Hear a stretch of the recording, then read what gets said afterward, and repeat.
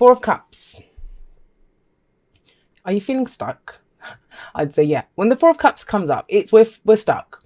We're not impressed by the options that we have. This is that kind of bored, apathy, same old, stuck in a rut. You can't see a way out. And you can't see a way out because, all right, you've got options, the 3 cups in front. Now, there can be 3 options, 3 problems, 3 issues, something like that, right? I always see them as 3 options. So we have 3 cups in front of us. But it's a her, I think. I don't know. They're a bit kind of androgynous. I don't know. So anyway, so you have this person looking at the 3 cups and she doesn't know which one to pick. And you know what? It's none of them. I always say if one of these options was even the slightest bit appealing to her, she would have grabbed him. But what she's looking for, what she's waiting for is this 4th cup. That's the cup she truly wants. And that's the cup that you guys want, right? So now the 4 of Cups can indicate an offer of love, you know, or you're waiting for that. That's the Ace of Cups moment, something that makes you truly happy. Like these are all kind of like, meh. It's that kind of energy around the 4 of Cups.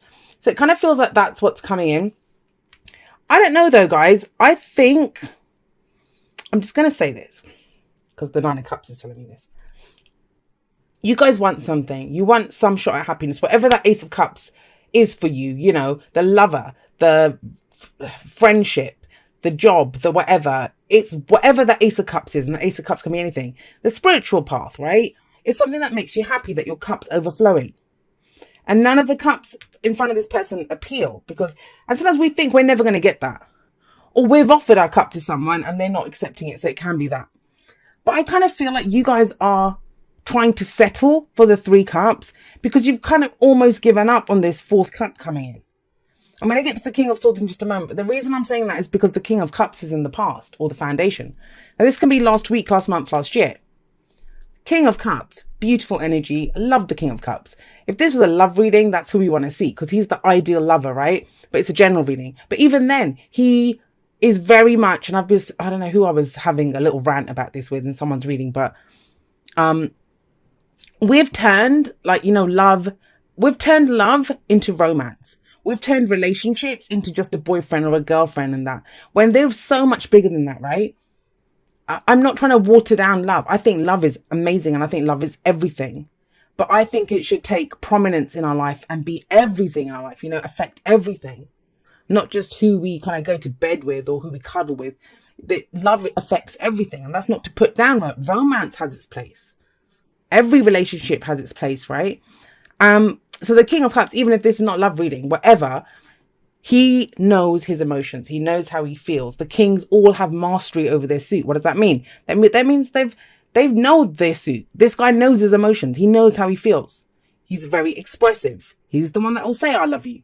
However, he is a king. So he won't do it until he's ready. So this can indicate someone who has deep feeling, real depth of emotion, but he doesn't always show it. Now, you know, it's cup, so that's water energy. Pisces, Cancer, Scorpio. But I will say this, Taurus, and sorry to call you guys out, but you guys are like this.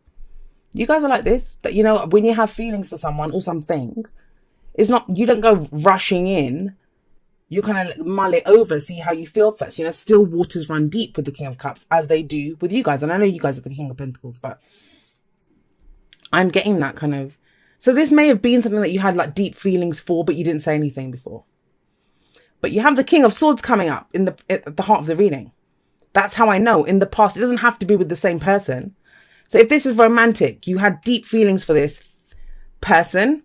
It doesn't have to be that. Say for a job you wanted to go for something. You had deep emotions, something that you were happy about. And I think you feel like you missed out on it. That's why the Four of Cups is coming up, because you've missed out on this cup. Guys, you're reading so beautiful. It's kind of coming through so strong. Sorry, I just got hit by a wave of it.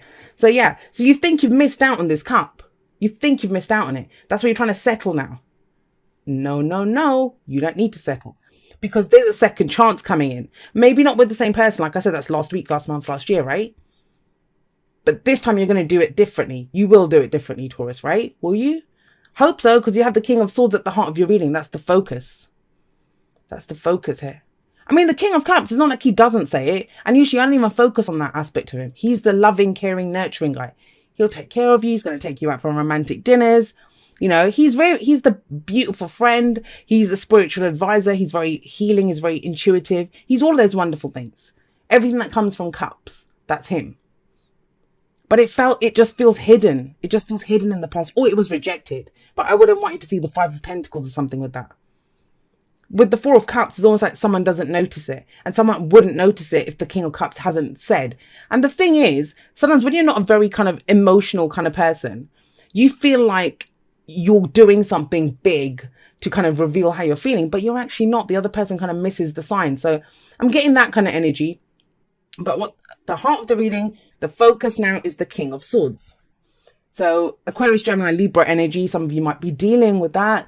You know, the kind of, it's almost become infamous, this kind of connection between Aquarius and Taurus. I still have to have my connection with the Taurus. I have to go find myself one.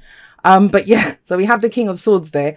And the King of Swords, he's going to speak his truth. None of this, just feeling stuff and looking for the right time to say things or subtle kind of innuendos. No, King of Swords is going to come straight in and he's going to speak his truth. Now that's just it. That's the head and that's the heart. Either someone was really loving in the past and now they're kind of emotionally detached. But even the King of Swords, he has feelings. He just doesn't show them. He doesn't show them because, you know, not that he doesn't, not in the same reasons as him. It's because he's very logical. He's going to push emotions aside and think, okay, well, we should do this and we should do that. But the message I'm getting, the main message that's coming through, and of course, cards can be read in a million different ways. And the energies can play out differently for each of us.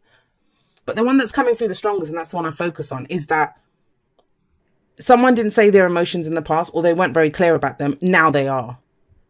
Now they're almost very direct. Or if they aren't, that's the focus. Because what's at the heart of the reading is what we're working towards, what the focus is, what we're doing. But I don't feel like the emotion completely goes. That's why I believe the King of Swords is coming up as communication. As very clearly stating, this is how I feel. Why am I saying that? Because we have the Nine of Cups in the present. Your heart's desire, coming from your heart's desire. This person looks very different from this one. Look at this bored. What the hell? Is that all I get? Look on her face. Seriously? Look. And this one's almost smug. Look at all the cups I've got. He's a bit extra, right? I think it's a he. Well, whoever this person is. With the fur and, you know, the opulence and the gold bangles and all the cups. This guy has more than enough. This is your heart's desire, Taurus. This is your heart's desire. Now, I'm not saying every single person is going to get their heart's desire this week. That's not what the purpose of this reading is. The lesson to learn from this reading, and it's just a week, guys, right? As we go forward, some of you might be reflecting. But you know, if you're feeling lonely, if you're feeling stuck, because let's not forget that is the heart of the reading. The rest of the cards are trying to explain what's going on with this or how they work with this. If you're stuck and you feel like you missed out on something before, it's the past comes up to explain that, look, you had a chance to say something or to express, and it's a general reading, so it can go both ways, right? But how would you know that? Maybe they're trying to explain to you what happened with the other person, but I wouldn't get that. I usually think the message comes through for us. That you had a chance to say something and you didn't. You didn't say anything. So would you, if you had that chance, would you say it this time? Would you do it? Would you go forward with your truth? With that sort of truth held high? And just be able to like cut to the chase and say what you needed to say?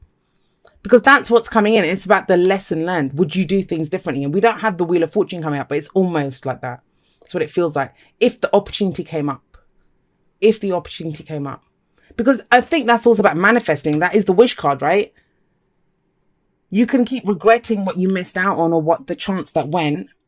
Or you can focus anew on what it is that you want and bring it into your life again, knowing that you will do it differently this time. That you will say something. And guess what? If you can do that, remember the future doesn't just happen. The future never just happens. It is, what am I trying to say? It leads on from it's a projection of the present. So can you decide what your heart's desire is? Not focus on what's missing, not focus on the shit that you have in front of you. Because that's what most people do. They look at what's before them and they react to that.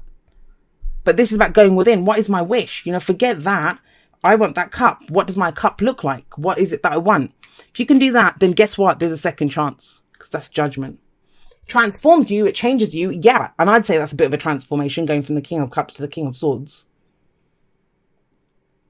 And don't forget, like, the secondary message is always that there's people like that in your life, but there's a main message that comes through for us. And I always read that, right? And that Judgment card coming under the King of Swords, this is rebirth, renewal. I mean, it's like death, but these people are getting a second chance at life. They had to die. They had to let the old life go. And that's what the review is, looking back. You're looking back and thinking, wow, I missed that chance, or I should have said that. But trust me, guys, I mean, one thing that I don't do, and I do a lot of things, a lot of stupid things, I'm going to say, but they're not stupid. They're just who I am, right? Is I don't regret.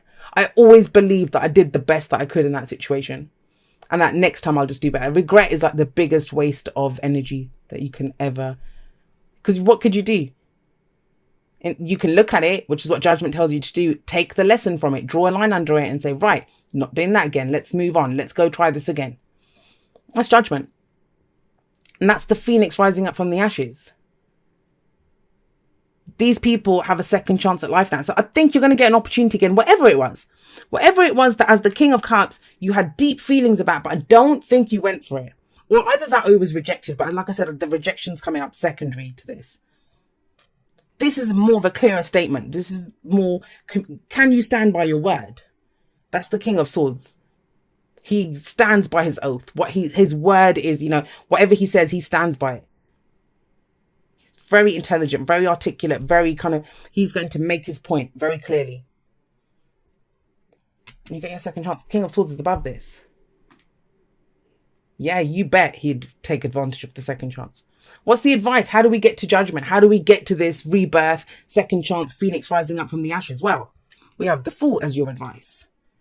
Leap of faith time. That's what it says. And you know what? This is actually perfect. We have the King of Cups above it. What do I always say about the Fool? If you follow me on Instagram, you've heard me say this a million times because I say it every time it comes up.